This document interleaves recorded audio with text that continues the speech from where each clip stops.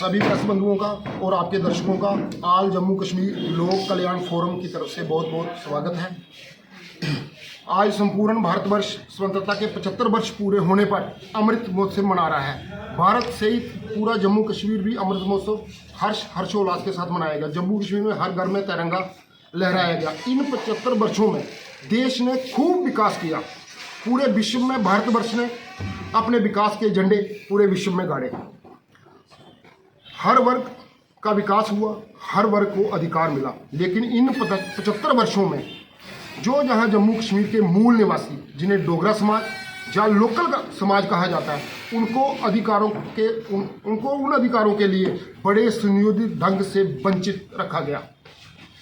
आज के 75 वर्ष पहले वर्ष 1947 में भारत के बंटवारे का दंश सबसे ज़्यादा जम्मू कश्मीर के नागरिकों ने झेला। जम्मू कश्मीर के आधे हिस्से पर पाकिस्तान ने अपना जबरन कब्जा कर लिया, जिसे पीओके कहा जाता है। वहाँ पर भी जो हमारे भाई बंधु रहते थे, उन पर भी बहुत दर्दनाक दौर में उनको सब कुछ छोड़कर आना पड़ा। उन्होंने अपने सब जनों और प्रियजनों को भी खोया। जो आज का जम्मू कश्मीर है, जहाँ पर रह रहे जम्मू कश्मीर में मूल निवासी, जो जहाँ पर हज़ारों वर्षों से रह रहे हैं, जिन्हें डोगरा समाज या लोकल समाज कहा जाता है, वो इस समय का जम्मू कश्मीर इस मातृभूमि को बचाने के लिए अपने प्राण त्यागे, बहुत बड़ा दर्द झेला। अपने प्रियजनों स्वजनों को उन्होंने भी खोया। पाकिस्तान द्वारा उस दौर में कबायलियों, अफगानियों, पाकिस्तान की आर्मी द्वारा कई हमले किए गए और उसमें डोगरा समाज जो डटकर अपनी जो इस समय का मौजूदा जम्मू कश्मीर है, इस मातृभूमि को बचाने के लिए उन्होंने अपने प्राण त्यागे, अपने परिवार निछावर कर दिए, लेकिन मातृभूमि को पाकिस्तान के कब्जे में नहीं जाने दिया। इस दर्दनाक दंश के झेलते हुए हमारी 2 पीढ़ियां, डोगरा समाज की और लोकल समाज की, 4 दशकों तक मानसिक दंश झेलती रही। आज भारतवर्ष को आज़ाद हुए 75 वर्ष हो गए हैं, लेकिन डोगरा समाज को आज भी उनके अधिकारों से वंचित रखा गया है। डोगरा समाज को आज भी प्रताड़ित किया जाता है कि उन्हें बार बार ये चीज़ कही जाती है, आपका कोई अधिकार नहीं है, ना ही स्टेट लैंड पर, ना ही कस्टोडियन लैंड पर। जो लोग जम्मू कश्मीर के जो मूल निवासी थे, जो आज का जम्मू कश्मीर है, जो जहाँ पर हज़ारों वर्षों से रह रहे थे, उन्होंने 1947 का दर्द भी झेला, 1965 का भी झेला, 62 का भी झेला और 1971 का दर्द भी झेला। और हर बार उन्होंने पाकिस्तान के मंसूबे को कामयाब नहीं होने दिया। जब 1947 में भारतवर्ष का बंटवारा हुआ, हमारे जो जम्मू कश्मीर की जो, उसको आप तकनीकी रूप से जो चीज़ें कह लीजिए, हम उनमें नहीं पढ़ना चाहते, वो भारतवर्ष का जो विलय हमारे महाराजा जी के साथ 26 अक्टूबर 1947 में हुआ। उसके बाद बीच में यूनाइटेड नेशन आ गया, धीरे धीरे बाद में आर्मी पहुंची। लेकिन जब तक भारतीय आर्मी पहुंचती, तब तक जो जहां के मूल निवासी थे, उन्होंने डटकर पाकिस्तान के लोगों के साथ, कबायलियों के साथ, अफगानियों के साथ, गोरेला वार के साथ डटकर मुकाबला किया और अपनी मातृभूमि को दुश्मन के हवाले नहीं होने दिया, जिस मातृभूमि पर आज शान के साथ तिरंगा लहरा रहा है। लेकिन उसी समाज को संयोजित ढंग से उनके अधिकारों से वंचित रखा गया।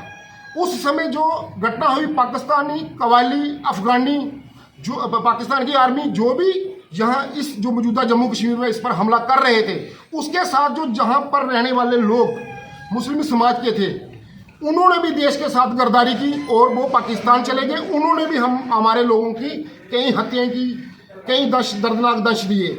उस समय की मैं सबसे बड़ी बात आपको ये बताता हूँ कि हमारे लोग उस समय किस तरीके से एक जगह से दूसरी जगह से तीसरी जगह शिफ्ट होते थे कि जो कबायली हैं, अफगानी हैं, पाकिस्तानी आर्मी है, उनको मार ना दें। लेकिन जब भी परिवार का कोई व्यक्ति भी मरता था, तो वो उस व्यक्ति का अंतिम संस्कार अपने मकान के अंदर करते थे, ताकि बाहर करेंगे तो धुआं फैलेगा तो दुश्मन को पता चल जाएगा। अगर दुश्मन को पता चलेगा तो वो हमें मारेगा और हमारे वतन की ज़मीन दुश्मन के पास चली जाएगी। आप खुद ये समझ सकते हैं कि जो यहाँ का लोकल समाज और डोगरा समाज था, उन्होंने कितना बड़ा दर्द झेला होगा कि परिवार का जो सदस्य शहीद हुआ, उसको भी अपने मकान के अंदर चलाना पड़ा, ताकि धुएं से दुश्मन को पता ना चल सके। हमारी आज कस्टोडियन लैंड जहाँ पर हज़ारों एकड़ है, लेकिन जो लोग देश के साथ दुश्मनी करके वतन के साथ गद्दारी करके पाकिस्तान चले गए, उनके नाम आज भी जमीन में बोलते हैं। ऐसा क्यों? सरकार को चाहिए उन सभी को वतन दुश्मन करार देकर वो जमीन जो जहां का मूल समाज डोगरा समाज और लोकल समाज है उनको देनी चाहिए। जम्मू कश्मीर डोगरा कल्याण फोरम ने पिछले 3-4 महीने से, जब से हमारा ये संगठन बना है, हर जगह पंचायतों से हमें हमारे सरपंच भाई, पंच भाई, कुछ हमारे सामाजिक कार्यकर्ता वो हमें बताते थे।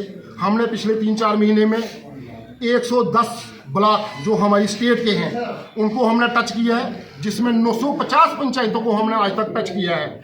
उसमें से जो लोगों ने हमें अपनी समस्याएं बताई वो हम सारी इकट्ठी की। आगे भी हम आपके साथ प्रेस कॉन्फ्रेंस करेंगे। आज हमारी जम्मू कश्मीर के महामहिम राज्यपाल श्री मनोज सिन्हा जी से हम अपील करते हैं, माननीय प्रधानमंत्री श्री नरेंद्र मोदी जी से अपील करते हैं, जिस तरह आपने एक नारा दिया सबका विकास सबका साथ, तो मैं उनसे यही विनती करूंगा कि हमारा इतना बड़ा डोगरा समाज जो आज भी जम्मू कश्मीर में 70% है, उसको क्यों जमीन के हकों से, नौकरी के हकों से क्यों वंचित रखा गया है? जो जब कबायली हमले हुए 1947 में, हमारी 2 पीढ़ियां 4 दशकों तक मानसिक रही, मानसिक तौर पर वो बहुत परेशान रहे, वो अपना कुछ नहीं कर सके। इसलिए हमारी सरकार से गुजारिश है कि जो लोकल समाज और डोगरा समाज है उनको 182 कनाल ज़मीन अलाट की जाए, मलकाना अधिकार दिए जाए उनको। साथ में जो इस समय के मौजूदा परिवार हैं उनको डोगरा समाज और लोकल समाज के हर परिवार के एक सदस्य को सरकारी नौकरी दी जाए, और साथ में हर परिवार को जो उस समय का मौजूदा परिवार था 50 लाख रुपया अनुदान राशि जारी की जाए। आपके माध्यम से डोगरा समाज और लोकल समाज की, डोगरा समाज ऐसा है, मैं आपको बोल रहा हूँ कि जहाँ से आप चौकी चौरा से आगे जाएंगे डोगरा समाज बोला जाता है, जो चौकी चौरा से आप इधर जोरी पुंछ वाली तरफ जाएंगे यहाँ लोकल और डोगरा समाज दोनों चीज़ें बोली जाती हैं। हमारी सभी राजनीतिक दलों से विनती है, सभी सामाजिक संगठनों से विनती है और सभी सामाजिक कार्यकर्ताओं से ये हमारी अपील है कि वे डोगरा समाज और लोकल समाज के अधिकारों के लिए अपनी आवाज़ बुलंद करें, हमारा सहयोग करें। और आपके जितने भी दर्शक हैं जो डोगरा समाज से हैं, लोकल समाज से हैं, मेरी उनसे विनती है कि आप इस चीज़ पर बेझिझक होकर कमेंट करें और ज़्यादा से ज़्यादा शेयर करें। आगे की कार्रवाई के लिए मेरे साथी राकेश जी आपसे, जिस पर आजादी के बाद ही चर्चा हो जानी चाहिए थी, लेकिन इस बात पर कोई बात नहीं हुई, एक पर्दा पड़ा रहा। क्यों पड़ा रहा, उसके कारणों पर हम आज बात नहीं करेंगे। आज हम केवल इतना करेंगे और कहेंगे कि ऐसे समय में जब देश तरक्की कर रहा है, जम्मू कश्मीर को लेकर भारत सरकार गंभीर है, ऐसे ऐसे काम हो गए जो हमारे लिए हिमालय की तरह कठिन थे, लेकिन भारत सरकार ने इस कार्य को हल्का कर देश और दुनिया को चकित कर दिया। लेकिन एक महत्वपूर्ण विषय जिसकी आस जम्मू के बड़े क्षेत्र में रहने वाली जनता को थी, जो आज का प्रमुख मुद्दा है, वह है मुहाजिरीन। मैं फिर से दोहराऊंगा, मुहाजिरीन कस्टोडियन की जमीन पर बैठे हुए लोगों की। बंधुओं, 1947 की गफलत में बहुत सारे लोग निर्वासित हुए, डिस्प्लेस हुए, कुछ यहां के पार, कुछ पार के इस पार आए गए। उस कष्ट की वेला में जिन जमीनों पर कष्ट झेलते हुए पीड़ित लोग कुछ इस पार गए, कुछ उस पार गए, उनमें से कुछ लोगों का आर्टिकल 3 के अंतर्गत एवं 1971 में निर्वाचित हुए बंधुओं का 254C के माध्यम से जमीनें उनके नाम पर हो गई, जो कि सरकार का एक महत्वपूर्ण, एक सराहनीय काम है। हम इसकी प्रशंसा करते हैं। और अभी थोड़ी देर पहले ही, कुछ समय पहले की बात है, 5 लाख की धनराशि भी अनुदान के रूप में पीड़ित समाज को दी गई, जिसकी हम प्रशंसा करते हैं। लेकिन बंधुओं, बहुत बड़ा वर्ग जो इस समय कस्टोडियन लैंड पर बैठा हुआ है, उनकी समस्याओं पर बात करने के लिए आज हमने आपको आमंत्रित किया है। इस कस्टोडियन जमीन पर बैठे हुए लोग पुंछ, राजौरी, नौशहरा, सुंदरबनी, चौकी चौरा, पनावाला, जोड़ियां, अखनूर, जम्मू ग्रामीण, आरसपुरा, सांबा, जिसमें 15,000 कनाल जमीन जो कि कस्टोडियन है और लगभग 3 लाख परिवार जो विभाजन की विभीषिका के बाद जमीन पर मालिकाना हक ना होने के कारण अनेकों परेशानियों से गुजरना पड़ा है। कल्पना ही पीड़ादायक है। आप खुद सोच सकते हैं यह कल्पना करना कितना पीड़ादायक है। आप अंदाजा लगाएं कि जमीन अपने नाम पर ना होने के कारण नंबर 1, प्रधानमंत्री आवास योजना का लाभ नहीं मिला। नंबर 2, बैंकों के माध्यम से मिलने वाले लोन से वंचित होना। नंबर 3, किसान निधि का भी ना मिलना। यह हमारे लिए कितना पीड़ा है। आजादी का 75वां अमृता महोत्सव जो है देश इस समय मना रहा है, लेकिन हम लोग जिन्होंने लड़ाई लड़ी, अंग संग रहे हम भारत के साथ, हमारे लिए स्वाभाविक है और यह बहुत ही अच्छी बात है कि हम इस देश के वासी हैं। लेकिन हम अपनी ही सरकार से आज फरियाद कर रहे हैं कि हमारे लिए, हमारे लोगों के लिए इन चीजों का क्यों नहीं है। प्रधानमंत्री आवास की योजना का लाभ, बैंकों से मिलने वाले लोन का मिलना, किसान निधि का भी मिलना कितनी परेशानी का कारण है। हमें विश्वास है कि आप इस सारे विषय को रोशनी देंगे। यह संपूर्ण समाज जिसकी समस्याएं अनगिनत हैं, अंदाजा लगाएं, जो मेरे पीछे सारे लोग बैठे हुए हैं, ये अंदाजा लगाएं कि जो भाई बंधु अपनी जमीन को, हमारे पूर्वज, गांव, बंधुआ, मजदूर, भाई बहन जो भी लोग थे, जो उस जमीन को जोत रहे हैं, वहां पर मकान भी बनाया हुआ है, लेकिन उस पर हमारा मालिकाना हक नहीं है। कितनी पीड़ा का विषय है। दर्द होता है हमें आज यहां पर बैठे हुए, जब हमारे पूर्वज जो वहां पे खेती बाड़ी कर रहे थे और हमारा मालिकाना हक आज की डेट में भी 75 वर्ष पूरे करने के ऊपर हमारा मालिकाना हक उस जमीन के ऊपर नहीं है।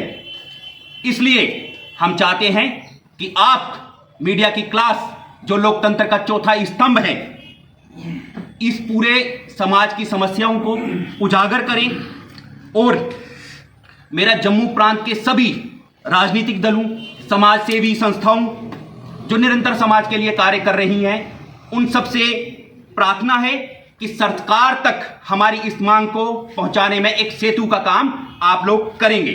क्योंकि कई बार सूर्य का प्रकाश तो निरंतर धरातल पर पड़ रहा होता है, लेकिन कई जगह बादल होने के कारण वहां पर सूरज की किरणें नहीं पहुंच पाती हैं।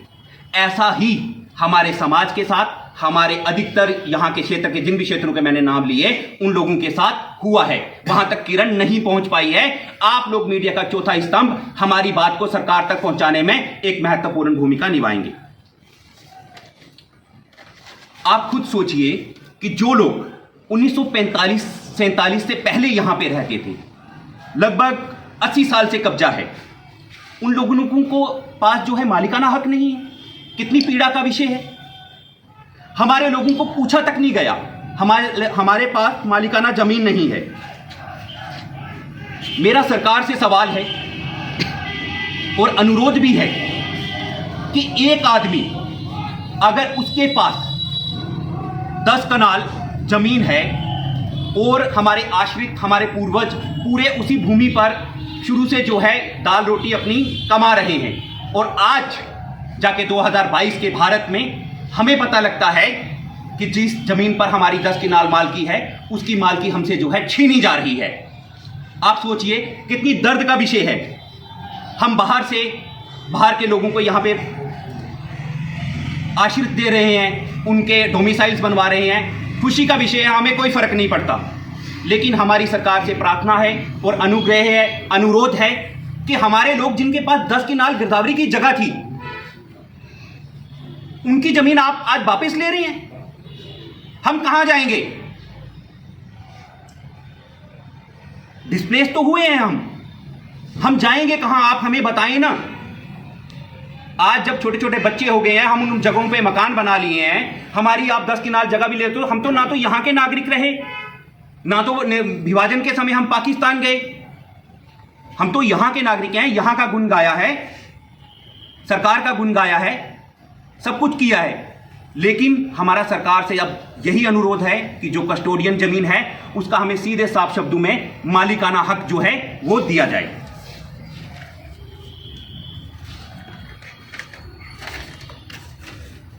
और मेरा भारत के गृह मंत्री अमित शाह जी और मोदी जी से निवेदन है कि इस राष्ट्रीय समाज की समस्या को गंभीरता से लेते हुए लोगों की जमीनों को मालिकाना हक दिया जाए, और साथ में आपने अगर कोई अनुदान राशि निश्चित की है तो इतने बड़े समाज की अवहेलना क्यों, वो भी हमें दी जाए। अंत में विषय क्लियर करता हुआ आप सभी पत्रकार बंधुओं का बहुत बहुत धन्यवाद कि आप आए, और हम आपसे यही अपेक्षा करते हैं कि आप सरकार तक मुहाजिरिन ज़मीनों को मालिकाना हक दिलाने की जो बात मैंने और मेरे सहयोगी ने रखी है, जम्मू कश्मीर लोक कल्याण फोरम की तरफ से रखी गई है, उसको सरकार तक पहुंचाएं। जय हिंद, जय भारत। एक सवाल हमारा रहेगा आपसे, जिस तरह आप सरकार के कामों की सराहना भी कर रहे हैं, सरकार पर भी आप सवाल उठा रहे हैं, दूसरी बात जो आपका ये फ्रंट बनाया गया, सिर्फ सुंदरबनी के लोग इसमें शामिल हैं या बाहर से संपूर्ण जम्मू कश्मीर के लिए बाहर से लोगों को इसमें शामिल किया गया? तीसरा बड़ा सवाल, जो मेन सवाल है इसके लिए ये है, अगर सरकार आपकी इस मांग को पूरा नहीं करती है तो उसके लिए आगे आप क्या करने जा रहे हैं? आपने जो बाहर के लोग बोले हैं, कौन से लोग बोले हैं बाहर वाले लोग? मतलब जैसे जम्मू कश्मीर के जम्मू कश्मीर के जो बाहर का लोग है कोई भी हमें मंजूर नहीं है। जो जम्मू कश्मीर के रहने वाले लोग हैं वही हमें एक्सेप्ट है और उन्हीं की बात हम कर रहे हैं। आज जो डोगरा समाज है वो 70% है जो लोग यहाँ के, उनको वंचित रखा गया है। अगर ये हमारी कार्रवाई नहीं होगी, अगली प्रेस कॉन्फ्रेंस हम जम्मू में